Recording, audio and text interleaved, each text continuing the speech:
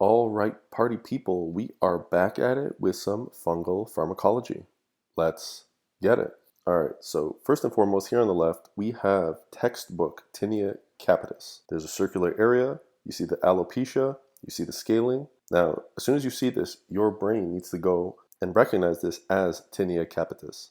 When you see scaling in the context of an infection, you have to assume fungi. Now, the fungus invades the hair follicles. This causes the hair loss. The typical organisms you're thinking about are trichophyton species. This is black under a Wood's lamp. If they give this to you, you're going to have to recognize this. This is high yield for your licensing exam. Now, in terms of first-line treatment is oral griseofulvin. Now, there are alternative regimens, but let's just stick to what's relevant here. This is what the licensing exam, the USMLE, wants from you. In terms of family medicine, they may give you a similar image and then ask you what the treatment is in terms of who is it that you're treating. They might just say oral griseofulvin for the patient only, and they might try to trick you or giving you the option of saying oral griseofulvin for the patient and close contacts. You do not choose this option. You do not treat classmates, you don't treat family members, you only treat the patient with oral griseofulvin. Now, the next step for this question, you have to know griseofulvin's mechanism of action. You have to know that it's microtubule inhibition. This is high yield. Now, we're going to be having to make a connection into these drugs and gout, and knowing which drugs for gout have a similar mechanism of action. So first and foremost,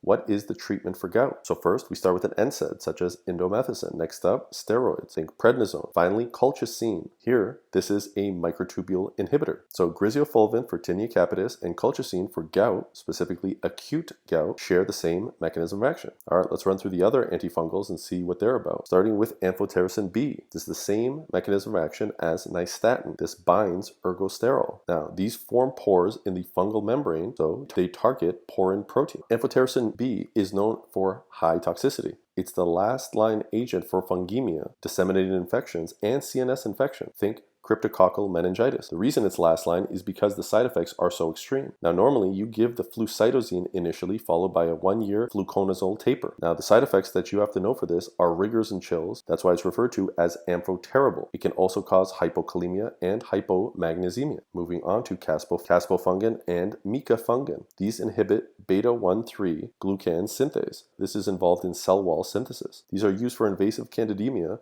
as well as aspergillosis. Moving on to azoles, such as fluconazole, ketoconazole, itraconazole. These inhibit 1,4-alpha demethylase. These block the conversion of lanosterol to ergosterol. This is key for fungal membrane. Now, you have to remember that fluconazole is our general use antifungal. You use this all over the place. You have to remember that. Moreover, itraconazole is used for sporothrix schenckii, another key point that you have to know for your licensing exam. Ketoconazole has anti-androgenic side effects. You have to know that the side effect that they often connect to this is gynecomastia. They are all hepatotoxic, and you have to check LFTs with regards to azoles. Moving on to terbinafine. Terbinafine blocks squalene epoxidase. This inhibits the conversion of squalene to lanosterol. Also, it is hepatotoxic, and again, you have to monitor those liver function tests. As far as topical terbinafine, this is first-line treatment for tinea pedis, aka athlete's foot. Oral terbinafine is used for onychomycosis. These are nail infections. Now, a fun fact regarding onychomycosis is that you can give a 6-week treatment for fingernails and a 12-week treatment for toenails. Now, to wrap this up, do not confuse tinea capitis with seborrheic dermatitis. On the left, we have tinea capitis. You can see that it's circular, scaling, as well as patches of alopecia. You treat with oral griseofulvin. As far as seborrheic dermatitis, here you can see weeping, scaling papules along the hairline. You're going to treat this with selenium sulfide shampoos, think Selsun Blue, or azole shampoos, such as ketoconazole. All right, that's it for this one. Go crush it.